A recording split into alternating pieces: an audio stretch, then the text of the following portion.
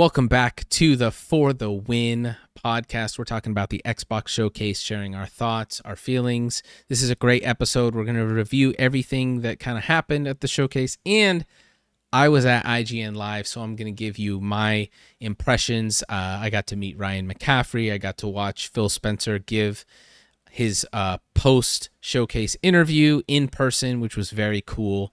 So a lot of good stuff ahead. But first, we're going to start out with the top comments from the last podcast. So we got a comment here from Bjorn, who I think left a comment last time. He said, "Great video as always. Ask Phil to make an Xbox 360 handheld. I have a minivan too. I love them." Yes, I know John's loving his minivan. And the good news is Ryan McCaffrey actually asked Phil Spencer about an Xbox handheld, and we're going to get into that in this episode. So, welcome to For the Win.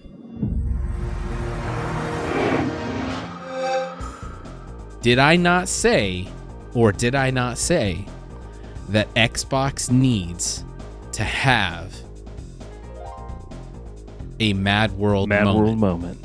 Did I not call that, or did I not call that? And then sure enough, what do they do after 10 years of no Gears? They drop a trailer.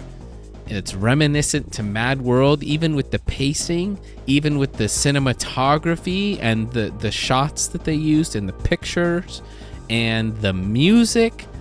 It was all there, and dare I say, they kind of had a Mad World moment. So I just want to give props to myself right now, right out of the gates, because I think I nailed that one on the head, no? Yeah, no, you right down to the little jingle.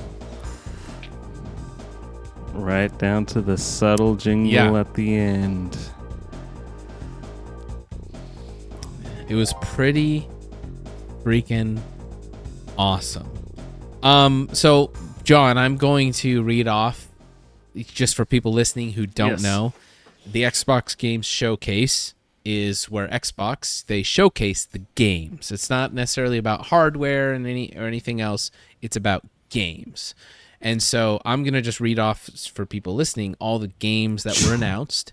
And then I want to hear what your impressions were. I'm assuming you saw the showcase. Maybe you saw the interview that happened after the showcase.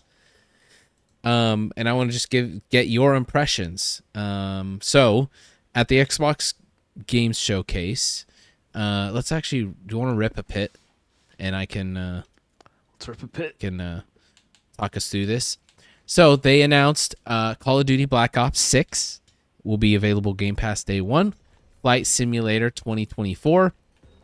Fable, State of Decay 3, Indiana Jones, The Great Circle, World of Warcraft. That's going to be on PC on the Xbox app, but it's a PC game. Mixtape, Wu Shang, Sea of Thieves. What is it? A DLC or something? Season like 13.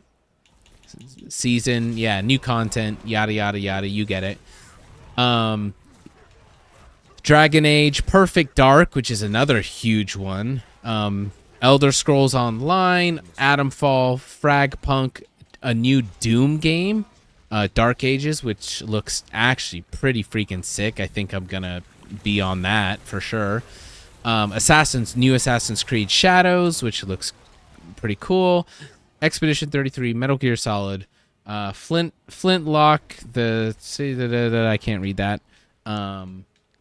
Mecha Break, Avowed, Stalker 2, South of Midnight, Fallout 76, Skyline Valley, still Fallout DLC, Winterboro, Diablo, which was super cool to see a Diablo expansion announced at an Xbox event.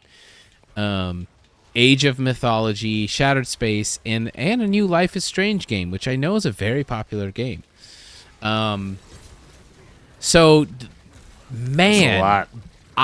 Just to open it up, the guy who runs Summer Games Fest, which is another game announcement show, he did 3 different polls. He did on X. One poll, he said, "What would you rate what would you grade Summer Games Fest, which is the one he runs, A, B, C, or D? Everyone, like, overwhelmingly put down D as the votes. Then he said, what would you rate PlayStation's State of Play, which is PlayStation's, version of this? And everyone overwhelmingly voted D. Yep. And then he did the same for Xbox. What would you rate Xbox Showcase? And overwhelmingly, everyone gave it an A vote. Not everyone, but like by a mile, it got an A. Yeah, it was positive. So John, what were your like impressions, takeaways, excitements, thoughts? Yeah, well, I kind of want to start with the negatives, just because. I mean, there's not a lot of negative, but get those out of the way first, and then talk about kind of what I'm excited about. So the two biggest disappointments and kind of like head scratch moments, if you will, is the hardware announcement. So they announced a Galaxy Black Series X. Which had like a 2 terabyte hard drive in it. And then it was it the diskless Series X, and then there's still just the Series S. Yep, a digital. All digital Series X. The digital, so all digital. And then the pricing on it. The pricing just like seemed like off, like $100 more for a Series X that has 1 terabyte more storage space, right? And like nothing else, especially when you hear the rumors swirling about the supposed PS5 Pro, and that's actually going to have like supposedly significant like hardware upgrades and like be able to push games farther and stuff like that. So the hardware announcement was just like, what? Like what is this? No handheld? It wasn't anything exciting. Yeah. They the updated Series X was just like a bigger hard drive and different kind of color. So that was like, kind of weird to me. And then it was underwhelming, right? I was just like, with all the rumors swirling about handhelds and stuff like that, I was like expecting, something. And, in the past they have done like the 4 to 5 year in console like refresh with, the Xbox 360 Elite and then the Xbox One X and things like that. So to not do it this time was it's just unexpected, I guess. It's kind of like it was just their December, like, I don't want to say cash grab, but their December like play. It's just like, do well, something for the holidays. Holiday season's coming. We got to do something for the holidays. So let's just But I agree, it was underwhelming. For sure. And then really the only other like bummer or complaint I had was no Halo. Yeah, no mention of Halo. Zero mention. No nothing. Which, I've seen some people kind of spin that as a positive, saying that like Microsoft and Xbox can have a great show without Halo even being there, or that might not have been the case in the past. True. But I think with the state of the Halo franchise right now, like it really needed some love and attention. So,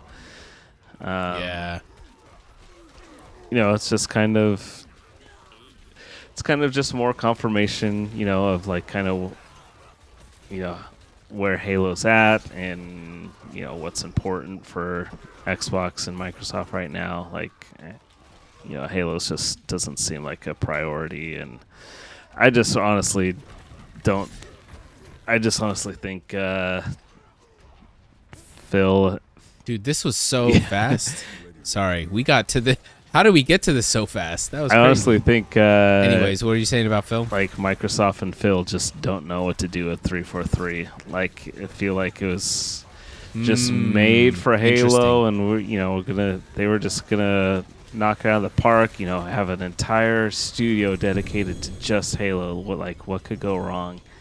And they've just dropped the ball time and time again, so they don't know what to do.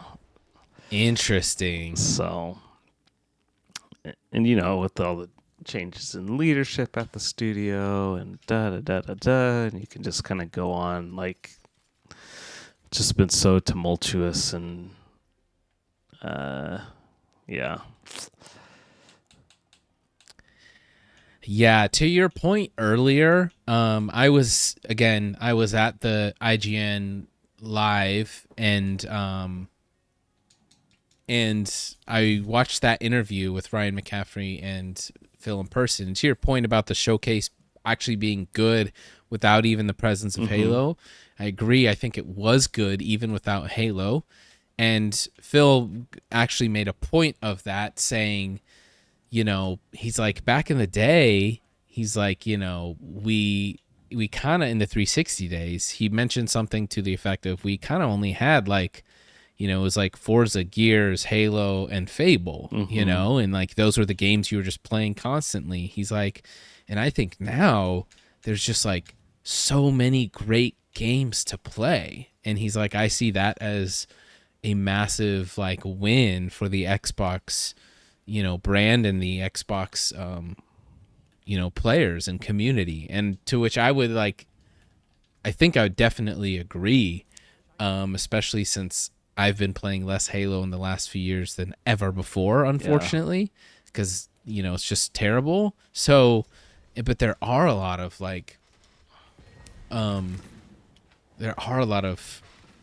good, a lot of good variety now, for sure. I think that's an interesting hot take that maybe they don't know what to do. Do you think it's so? I'm really big on, you've heard me talk about this a lot, but Phil sees the whole picture. We don't see the whole picture. We don't see the numbers. Yeah. We have no clue what's the true state of Xbox and everything. Only what he decides to reveal, which, by the way, if you go watch the interview, he revealed that Xbox is doing better than it's ever done in the history of Xbox. He said they have more consoles sold, or more people playing on consoles than in the history of Xbox right now, which is insane because last week it was Xbox is a sinking ship and they can't sell consoles and they're losing and it's over and Xbox is dead. And then he also said, because people are saying, well, Game Pass is killing game sales and everything goes under, and he also said it's actually not true at all. And for indie games and game sales all around, he's like, we've doubled every year for the last 5 years. Game sales have, not Game Pass, game sales. So I'm like, that's crazy. I'm not a big Xbox apologist, or I don't feel the need to defend them or do anything like that, but I was even very surprised to hear that, because I'm definitely in the camp of thinking, oh yeah, Game Pass would probably hurt game sales. At least that's kind of what you would naturally think, but he was like, over the last 5 years, it's helped game sales, and we have doubled game sales in the last 5 years. Crazy. I was like, whoa, that's actually, it's kind of nuts. And then the double whammy is and we have more Xbox console players than at any time in the history of Xbox. Yeah.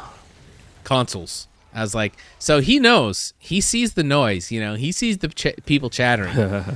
And I thought it was very interesting that he just dropped those two things. Just oh yeah, by the way, that wasn't a question that Ryan asked him. He wasn't so talk about Xbox games, console sales. People have been saying it wasn't even that. It was just, he did ask about how Game Pass will play into the future of Xbox and that, but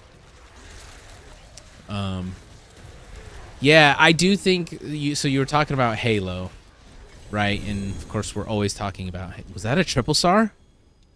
Shut the front door. Not for me. Oh, wait. Oh my God, this could be strength, damage, and critical strike. Ooh, that's pretty freaking good. Strength, damage, and critical strike. Ooh, that's freaking awesome. But like, how hard would it be? And would it be like, I don't know, would this ruin things for Phil or just make a lot of unnecessary noise? Or like, how hard would it be for Phil when he has the world's attention, you know, and everyone's talking about Xbox to just be like,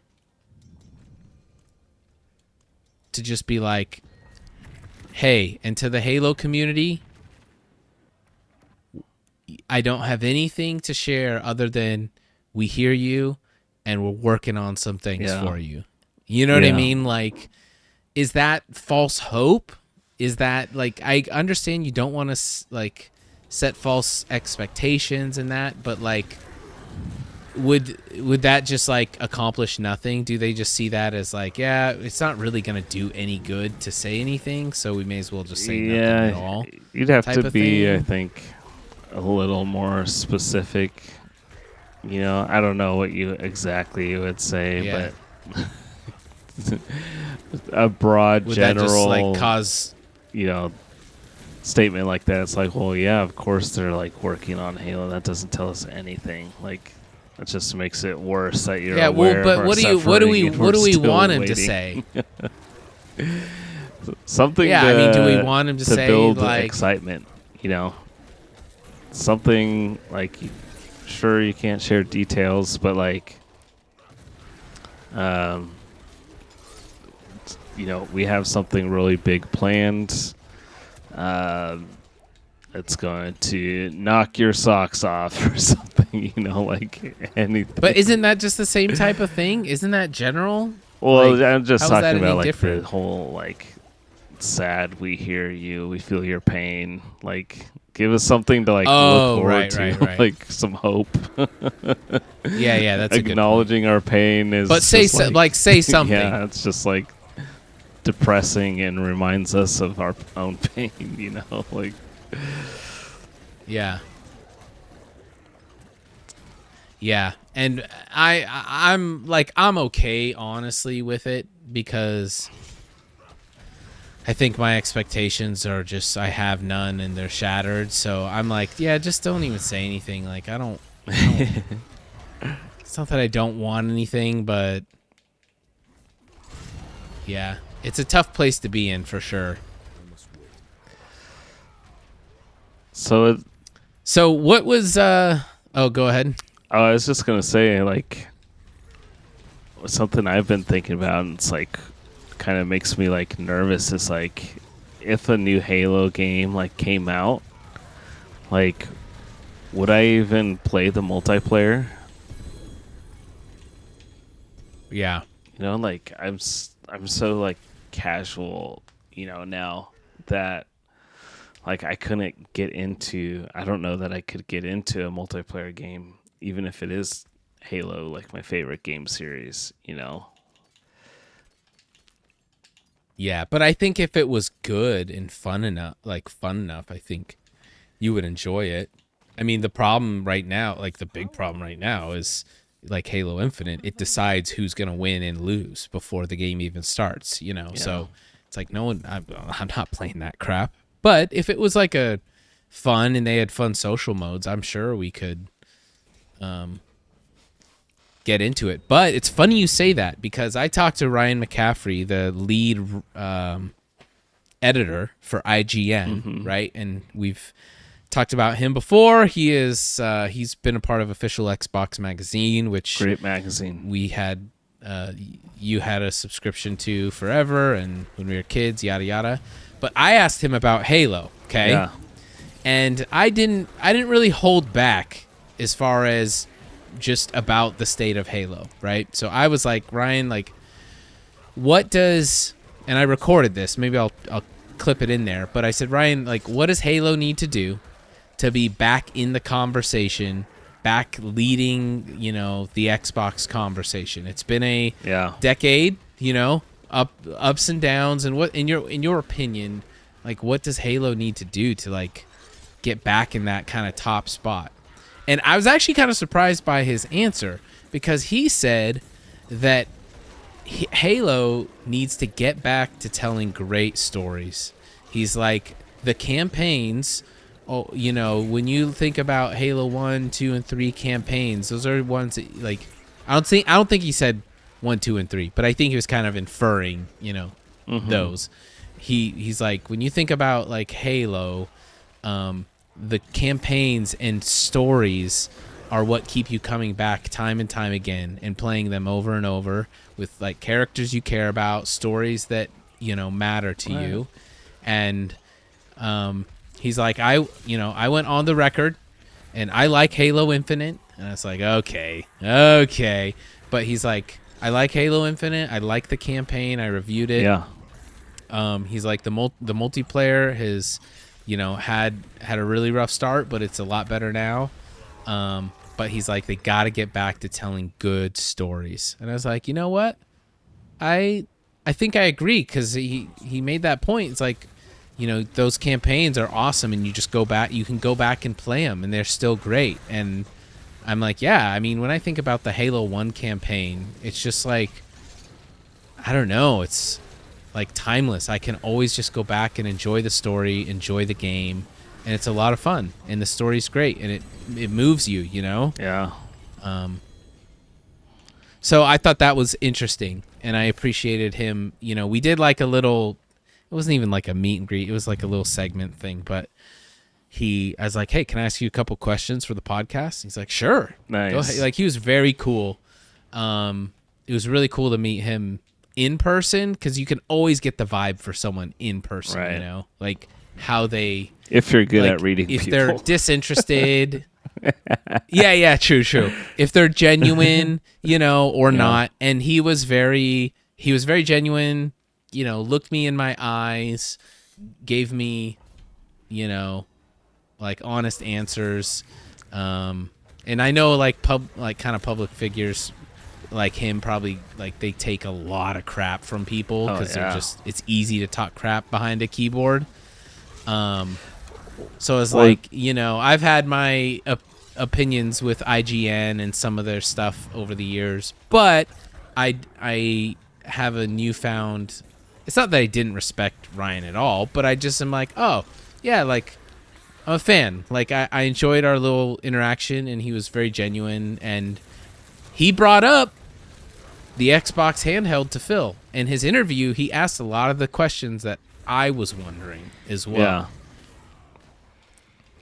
So, I mean, I've always, sorry, I got a little distracted here. Yeah, we're fighting in a pit right now. So, like, when I had my OXM subscription, like, I always read, like, his stuff, because, he was the best Halo player in the office, and like, I knew that because he was so good at Halo, like he loved Halo, that I knew like we had similar tastes, and like we jived on like what we wanted from like a video game, So it's like very easy for me to like read, and then like when he liked a game, I was like, all right, I'm probably gonna like this game too, and right, like I'm. And that's like what you need, like from a game journalist. Like you got to know what people are into, and like they should be reviewing games that they're like at least somewhat interested in. So I think like if I were to start a video game like online magazine website right now, anyone that's reviewing a game or writing an opinion article around like their little picture or avatar or whatever, they would just have like a ring of video game titles like in small print, and it would be like their top 5 all-time favorite games, And so that you knew whenever you were reading an article by that person, you could see, what their top 5 favorite games are. So if they're like top 5 favorite games are Candy Crush, Unpacking, and Dorito Racer, those kinds of games, then you're like, okay, this is not. They're not gonna right. And they're absolutely like cooking like X Defiant. They're like, this game sucks for all these reasons. And you're like, okay, well, you play Cooking Mama for a living, so what are we talking about here? Right. And then I would even go further.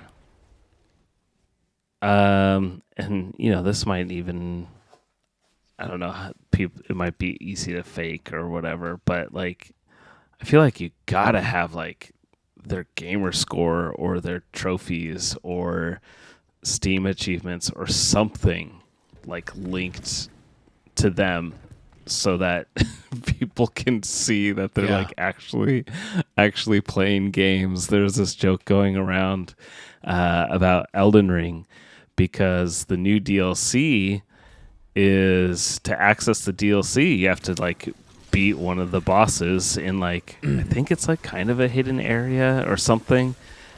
Anyways, it's not just like you buy the game, you buy the DLC, and then you can just like play it. You have to like play through to a difficult boss and beat it to get to where the DLC is, which is like crazy. I've never seen or heard of someone doing that. But there's a joke going around that IGN, made a X post that they couldn't review it because they weren't able to beat the boss to get to the DLC. That's funny. That's so good. Well, I want to talk about my experience at IGN Live, because it was their first ever, like IGN like event like that. Right, I think because E3 has been dead, gone, fading away from existence for years. Yeah. So I want to share about that for people, and then I think we can close out with like what we're most excited about from what we saw at the Xbox showcase. But I went to IGN Live. It was in LA, just a hop skip away, and it was very interesting being there in person. Because the venue, it wasn't like a massive venue, and they really only had like a few areas available. They had like a video. It was like a very small, just kind of starting point, And so I was kind of, I think, expecting more of a. I mean, we even talked about it. Because like you've been to like PAX and things like that are just like huge. Yes, huge. And I was kind of thinking along those lines. I don't know why. I think because IGN's big or whatever. Right. But it was not a big thing. And I get it. With stuff like that, pulling those things off it's no joke. Like, it's a big deal. Those kind of events are not just easy to throw together. But all that said, I was like, hey, this is a cool like little starting point. But it was pretty small, and there were some parts that were a little rough around the edges. But I thought it was really cool. Oh, no, we died. It was the like giant red plasma balls. Oh no. Okay, we gotta be smart. But I thought it was good, and they had basically like 3 main rooms. They had the main stage, then they had the viewing. Because how did you even get in? That's what I wanted to know. Well, it was open to the public. Okay. So you could buy tickets, but I didn't buy tickets. I got a press pass. So because we have a podcast, I emailed them and said, "Hey, can I cover the event?" And they said, yeah, sure. So they gave me a couple press passes. So I got them for free. I was there recording Friday, Saturday, Sunday, Nice. all day interviewing people. And yeah, they had a lot of just different things. They had a gaming hall where they had all these like developers, and you could get hands on with all these new games and games that haven't come out yet, which was really cool. And they had like a retro arcade section, which was really cool. Then they had their main stage, which they did a lot of they did some pre-recorded shows. They taped some shows, and then they did some live streaming shows as well, which the interview with Phil was live, Phil Spencer, and so yeah, it was a cool event, and like that was pretty much it. And there was like 3 main areas, and so it was like small, but it was fun, and it was fun to go back in the TikTok creator area and meet some creators and talk with people, and get some free do. So there's definitely a lot of improvements they could make on the event itself.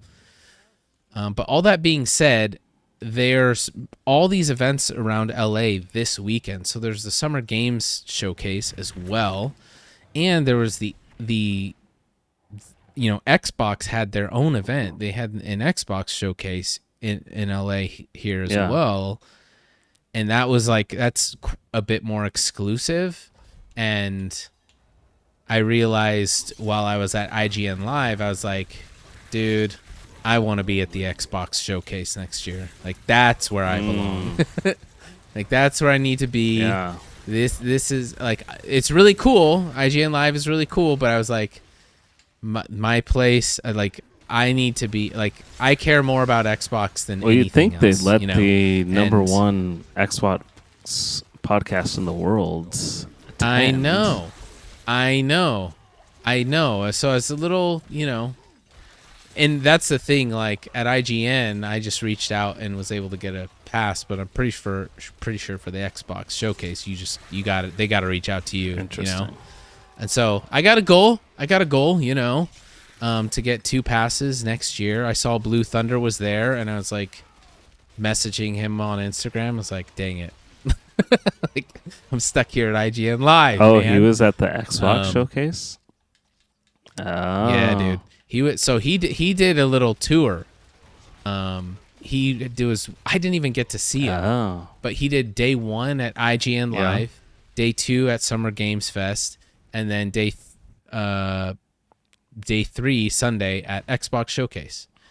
And so he actually got to talk with the developers of Gears of War, E-Day. And yeah, he was like, got in on some really cool opportunities. So good on him. I thought that was super cool. But I was like, the Xbox thing, I'm like, okay, got goals for this podcast. I want to, I don't really care about PlayStation at all. And IGN, they do everything. That was the other thing. They had, they do movies, video games, and comics. Yeah. So there was a lot of that. So plenty of stuff that I didn't really care about, like anime stuff. And one of the cool things, though, I did get to ask a question to the director of the John Wick movies. He directed all the movies. Oh, nice. And so he was there, and he did a quick little panel, and it was really cool. He talked about Keanu a lot, and he broke down, they played a few scenes, and he just broke them down, how they did them and what the thought process was and all that cool stuff. So that was actually really cool. Then I got to ask him a question, and I was third in line, and so the guy in first in line said, "Is John Wick dead?" Which was going to be my question. And, everyone kind of laughed, and he was like, well, I'll give you a fancy answer, and then I'll give you like a realistic answer. And so he's like, if the fancy answer is if you talk to Keanu, this is what he would say. He's like, John Wick and wait, what's his real name? Um, I don't remember. oh gosh, because he has a different name, right? Um, hold on. It's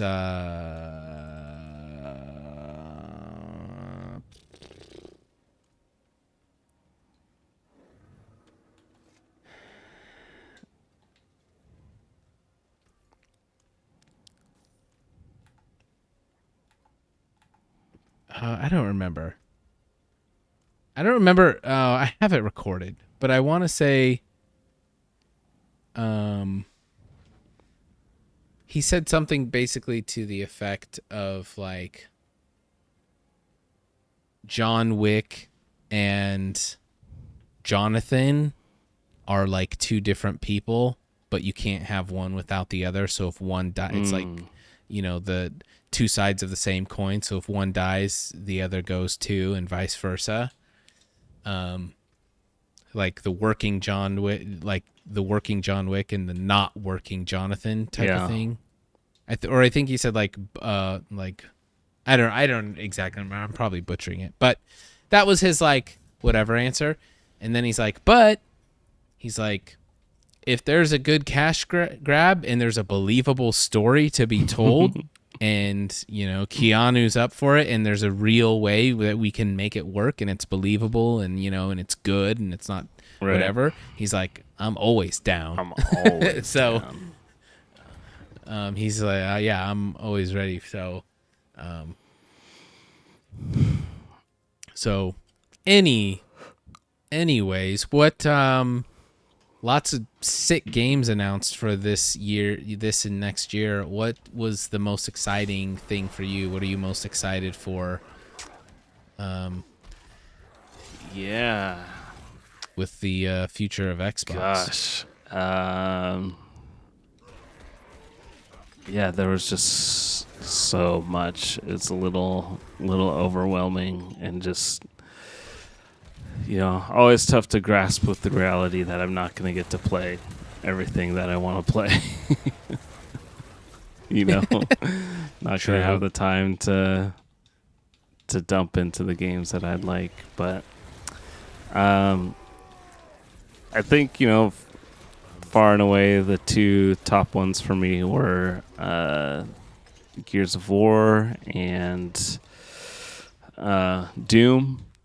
Those are just like, I don't know, just my kind of games. Like Gears of War has been a beloved game for a long time for me. Particularly the first 3, the original trilogy. Oh yeah. And then the expansion for Fallout 76 also looked really good. That game is just like completely blown up and taken off. And they're finally going to let you play as a ghoul. I'm sure a lot of people are going to be cosplaying as the sheriff from the TV show. But yeah, those are like the big ones. Like, I don't know how you top like a new Gears of War with Marcus Phoenix and Dom. Yeah. I was not expecting a prequel, but now that it's like here, I'm like, that actually makes just so much sense. Like, that's exactly, I think, what they should do. To like bring the characters back that we love, right? That's the whole thing. Is like 4 and 5, like nobody loves those characters. They're not like beloved or iconic, like in any way, really. Oh yeah, compared to like a Marcus Phoenix or even like Coltrane or anything like that. Dude, Coltrane is awesome.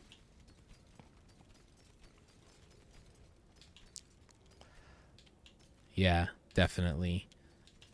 One thing that'll help you play more games, and it was kind of all but confirmed, is the Xbox handheld. And Yeah. Ryan McCaffrey asked him, he's like, look, Phil, I gotta ask you, like, there's a lot of rumors flying around, and like, what's the deal? Are we gonna get an Xbox handheld? And how much will cloud gaming play into that?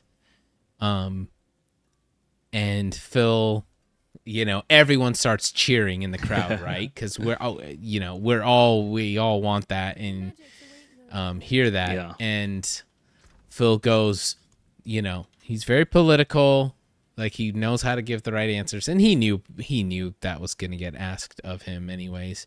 But he goes, well, look,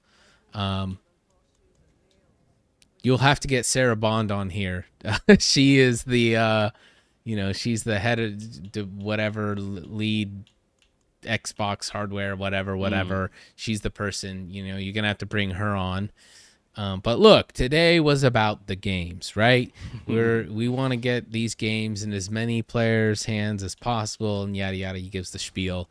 And then he said two things that I thought were really key and actually really reassuring to hear. One, he said, I think we should have an Xbox handheld. I want an Xbox handheld. I think we should have one. Yeah. But that's all he said. He didn't say, yes, we're working on one. Yes, we have one in the works. It was just like, yeah, I think we should have a handheld. I want a handheld. Right. He's playing his Go Legion. He's playing all these handhelds. He loves them. The other thing he said, though, he's like, cloud gaming is a huge part of what we do, and that has tripled in the last year. He's like, our cloud gaming numbers are going crazy.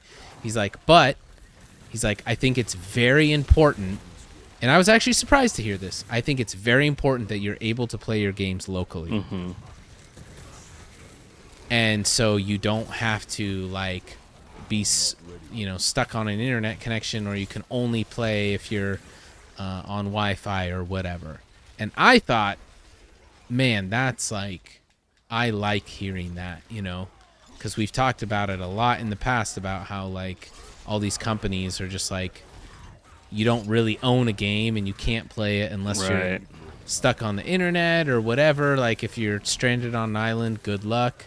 And so he thought that, it's really important that you can play them locally. And I was like, oh, I'm happy to hear that. So which for those of you who don't know, at home, Xbox handheld is highly likely in the future, which is pretty cool. Yeah, it's interesting that you say that, because there's talks of Call of Duty Black Ops 6. I can't believe it's 6. That's crazy. It's going to be day one on Game Pass.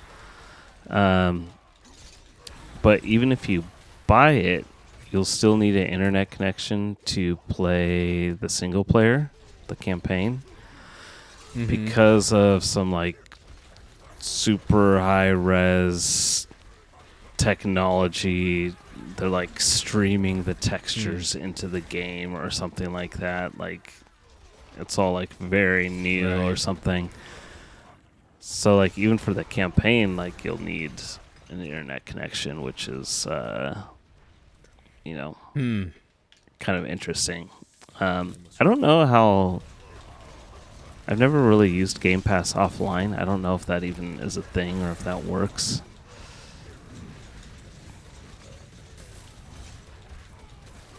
I have no clue.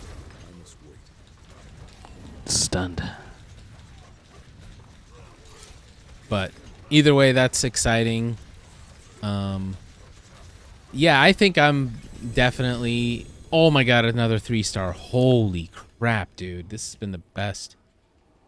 Cold resistance? Give me a break. It's alright, I can still probably use it. I'm definitely excited for Gears 100%. Yeah. And I'm also really excited for the Diablo stuff. The expansion doesn't look like the craziest thing in the world, but when I tell you I've been playing, I've been asked so much these last few months. Oh yeah, like what games, like what game do you play and what kind of like content do you do? And it's been like this crazy realization that it's like, well, I'm kind of like a Diablo player. You know, like I've always been a Halo guy, but if like when I take inventory of the last year, it's like, dude, I've done nothing but basically play Diablo, which I'm fine. Like I'm fine with it, but it is kind of a sad reality when, you know, the game that brought you here is not the game that's going to kind of take you to what's next. Right. But I'm very excited for the Diablo. I think the Fable. Here's my big thing with the whole showcase, and we'll finish up. We have like 10 minutes. All of this is really good, right? It's all great. Like, great showcase, great showing, so much. Mm-hmm. But we are still in 2024. And, you know, we're still in the age of, you know, well, I mean, we look at Assassin's Creed and they have an Outlaws and, you know, Star Wars Outlaws, and they have 4 different pricings of digital versions of their games, all the way up to like $120. So we're still in current gen gaming. And my big thing is this: it all, like, in theory, in the idea, seems amazing. Like, I am like, yes, make the games and the people will come. Like, they just gave a gazillion people massive reasons why they should buy Xboxes, but they have to deliver. Like, these next 2 years, all the games they announced, like, especially the big titles, they better deliver. Like, if Doom is like just dog trash, maybe it's just, you know, full of bugs at launch, or you know, has a bunch of problems, or you know, Gears of War is just like a terrible multiplayer, you know, it's just like, oh, this is just trash, like, and it's very poorly received. If they don't deliver on these things, that's almost worse, you know, because think about Infinite. Think about how hyped we were for Infinite. It had been like years and years, and then we finally got Halo, and we were so hyped for it, and then it was a letdown. And I think that letdown, you know, same with Master Chief Collection. It was a slap in the face to Halo fans everywhere. Yeah. And they cannot afford, dude, to slap more fans in the face. Like, they need to deliver. So there is a lot of pressure, I think, on these developers, on Phil, who's going to sign off on all of it, to deliver the goods, like, on these titles. Like, they gotta be good, man. Like, they just have to deliver. So that's my big thing. I'm not all out right now where I'm like, this is gonna be the you know, I still have definite reservations for sure. I'm excited, but I 100% have reservations. Why? Because, well, it's been a decade of not just Xbox, of all these companies making these promises, over-promising, under-delivering, overcharging. Right. You know? So what are your thoughts? That's like kind of where I'm at now. Yeah. Yeah,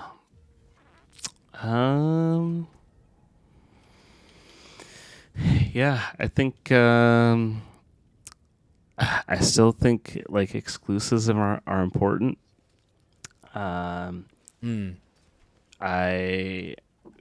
Phil Spencer talked about how he wants a game like Call of Duty Black Ops 6 to be the same experience for every player, regardless of what platform they're on. So for years and years, Sony has been playing paying Activision for exclusive Call of Duty content. Like PlayStation has had so many timed exclusives over the years for Call of Duty content. And instead of doing the same thing, Phil is saying, nope, we're gonna launch it. It's gonna be day one Game Pass. You can buy it, and everyone will get to play it at the same time. The Battle Pass, the expansions, everything will be the same release for every single person. And I think that goes a long way to show people that how just like consumer friendly you are. Now the games do have to like work when they launch. Right. But like Sony would never, Sony would never do that. Never. And so it's just becoming more and more clear that like, even with all of the acquisitions and the lawsuits and things, that like Xbox and Microsoft really are the most consumer friendly, of the big three. Oh, for sure. Even like on PC, so for sure. It's crazy, and like we're gonna see, I think 2025 has like the potential to be one of like the biggest years in gaming ever, with the launch of Grand Theft Auto and Gears and Doom, and just there's just a lot coming out next year. So yeah, the one other one we didn't talk about was Indiana Jones. So like the gameplay of it, I was a little iffy on. It seemed like okay, but as far as like the cutscenes and the feel and the humor of like an indie movie, I thought they did like a really good job on it. Like it was like legitimately funny, and it just like seemed like you were playing an Indiana Jones movie. So that one should be pretty fun too. I don't think I've played an Indiana Jones game since the original Xbox. Like it's been a long time. A long time. Yeah, I don't remember the last Indiana Jones game I ever played. So yeah. Yeah, Phil did mention that in the interview as well, about how I think he said that Xbox with the Call of Duty thing and the doing like separate maps and stuff, I think he mentioned that Xbox actually started that. And he said, everybody gets everything at the same time. And he said, we started that and kind of broke the community. And so it's nice to now it's come full circle, right, and we get to bring it back. And it's like a bit redemptive in that regard. But the thing he said, and I was like, I don't know what this means for exclusives, but he said like multiple times when I think it was like when everybody plays, we all win. And I think the big idea is that, look, we just want to get our games into as many hands as possible. And he said that the thing that he wakes up every morning, and the two stats that he looks at to kind of gauge the health of Xbox is how many people are playing on our platforms, and how long are they playing for. And those are the numbers that he cares about. It's not like how many sales have they made, how many Game Pass subscriptions, blah, blah, blah, blah. It's like how many people are playing and how long are they playing for. And so I think it's very clear what their priorities are and what they're trying to do. And my kind of takeaway, again, coming back to this Phil thing. Oh, and I have to talk about this as well. I got crucified on YouTube for not buying into the whole Xbox doomsday talk that was happening literally like the 2 weeks before the showcase. If you remember, we covered it. They closed some studios, Tango Gameworks, and blah, blah, blah, blah. And Actman put out a video. It was a great video talking about a lot of those talking points. And I did a reaction video, right? I was streaming. And while I was streaming, I was like, all right, guys, let's watch this. And I'm going to respond and just give my thoughts, right? Like, I'm not some big, I don't work for Xbox, you know, I have no skin in the game. Zero. Yeah. Like, none. Yeah, we do an Xbox podcast, but that's just because, like, I like playing with a controller. You know, I like, you know, it's like, it's not that big a deal. But when I tell you, I got, like, crucified in the comments, and the video has like way more dislikes than likes because I didn't fully agree with everything that Actman said. And I was like, you know, basically my sentiment and what I've been saying through all of this is, look, like, we don't see the whole picture. As fans, as consumers, the Xbox is a 1,000 piece puzzle. And as consumers, we don't even have one puzzle piece to see the full picture. We have 1/4 of one puzzle piece, which is whatever little articles we see online, whatever little information that we do get. And we're trying to piece together the whole Xbox business and say, this is what's going on, this is what's going to happen to, this is how it is with Xbox, this is where they're heading, this is how it looks. And my whole point has just been like, well, we just don't truly know. Like, we don't have the information to make that call. You just don't. Yeah. You know what I mean? Like, we just have no clue. There's so much information. Xbox is so massive. It's this freaking global entity. And because I had that opinion, I just got absolutely torched.